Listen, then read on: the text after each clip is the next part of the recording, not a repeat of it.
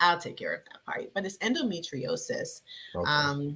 And, endometriosis is one of probably three or four things that I think in a female's world that is very tough. I mean, everything is tough, but it's a disease in gynecology that is underdiagnosed, is understudied, it is undertreated, and women suffer. So what happens in with this disease is that when women or people with a uterus have a period, their periods are filled, or the moments of, or the episodes of periods are filled with extreme pain. These are pains that become debilitating. These are pains that prevent you from being able to function as a normal person. You're stuck to the bed, you're curled up, you're taking bottles and bottles of Motrin and other pain meds to try to help with your pain. This is, you can't function. You need to be locked up in a room. And so you lose so much time every single month. If you can think of having such great disruptions, for anywhere between 5 and even, 10 days per month, you're out of commission. And so it's caused by you having a problem inside of your uterus where instead of you having bleeding and cells that cause bleeding just inside of your uterus, so when you have bleeding, it comes out and leaves your body. What happens with these people is that they also have bleeding inside of their bodies elsewhere. And so you are not just having cramps in your lower abdomen, you have cramps and pain everywhere you have these cells. So some people can have it in their elbow, their hands, their eyes. They can have it in all places. And so when you're having a period, you're having a period in multiple places inside of your body. And so it just magnifies what you experience during those periods. And so it's really hard and it's very painful. And so it's a very tough disease. And another part of the reason why it's tough is because the diagnosis is not easy.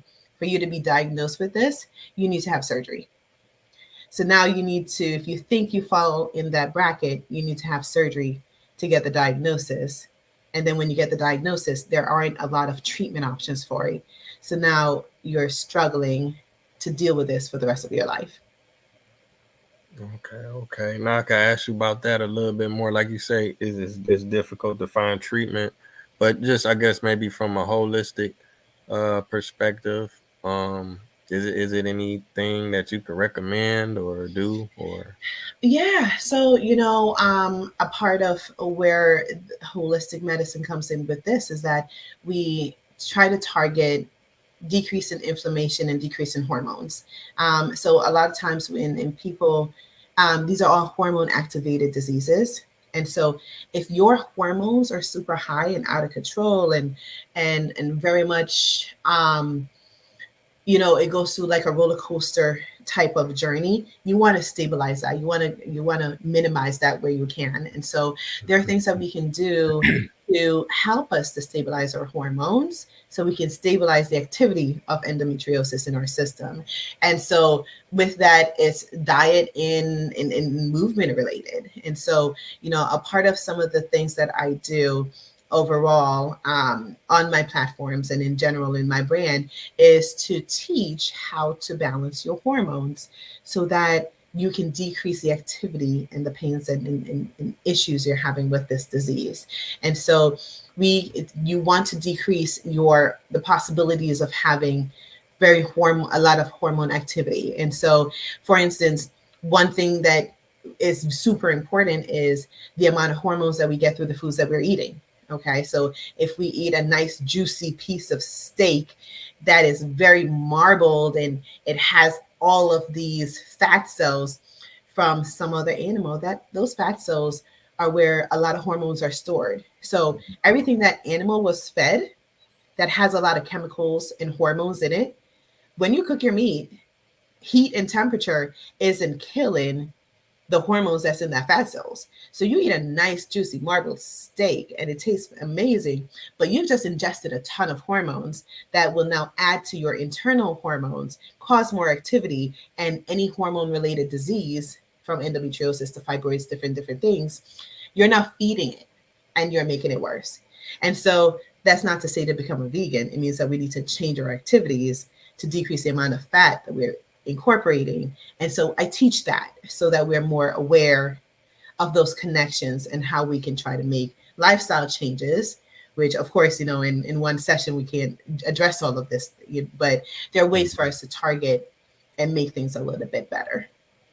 Wow, that's definitely interesting. I mean, I'm sure the viewers will have to go back and connect with you because I think a lot of people take that for granted. When we eat food, we might think about calories, we might think about cholesterol or sodium, but we don't really, at least from my perspective, a lot of people don't talk about the hormones, how it affect our hormones or what added hormones and what it can do to us, or help us or hurt us or whatever. Absolutely. Let me see. Okay, now I wanted to ask you about this. Birth control pills, can they cause infertility? Listen, I get this question so much. And so there is just so much myth surrounding this. And sometimes I try to figure, out where it comes from. Um, but birth control does not cause infertility. It just doesn't. And there's so many different birth control options out on the market. You have the pills, the patch, the ring, the injection, the implant, the IUD. Like there's so many different ways that we can target birth control. And of course, if you want to eliminate all options or a potential, then you can go with a non hormonal option, which is available. But as far as all the research shows, there is no infertility that is caused by birth control. What we do know 100% is that every female alive, we were born with all the eggs you'll ever have for lifetime. Okay. Unlike males, they make sperm every second. They're making 1,500 sperm per second. They are on it. Okay. That they're making a new batch every second they're alive. Okay. And so females, we don't make any new eggs. We were born with them at birth. So what you got is what you got. So if your number was 1,000, you were born with 1,000 eggs. Once those 1,000 eggs are gone, they're gone. And so what happens from day to day is that every single second we're alive, our eggs are dying. So you may lose one, two, you may lose 1,000 per day. And we know that that is guaranteed. Every single day you're alive, from the day you were born to the day that you get to menopause, you're losing eggs every day. And so the confusion becomes when someone is on birth control, especially for a long time, Hmm. and they get off the birth control. If when they started birth control, if I had to just throw a number out there, say they had 100,000 eggs when they started birth control. If you stayed on birth control for 5 years, you may have gone down just naturally from day to day from 100,000 to 20,000 by the time you stopped. So has your fertility decreased in the last 5 years while you were on birth control? Yes. It absolutely decreased because that's what naturally happens every day. You're losing eggs every day. And so we tend to confuse the two when aging is really the problem and we can't stop that. And that causes your eggs to go down because we might now have trouble when we come off, but we're having trouble because our eggs are dying every day and not because the birth control caused the dying of those eggs every day. So it's understanding what's happening physiologically and realize that even if you've never used birth control ever in your life, you're going to get to that same point where your fertility goes down, right? So there's no research that says if you're on birth control, your fertility, you run out of your eggs and get into menopause much earlier than if you didn't. The average age of menopause is still the same regardless of whether or not you've ever used any birth control. But so yeah, there's no connection between the two.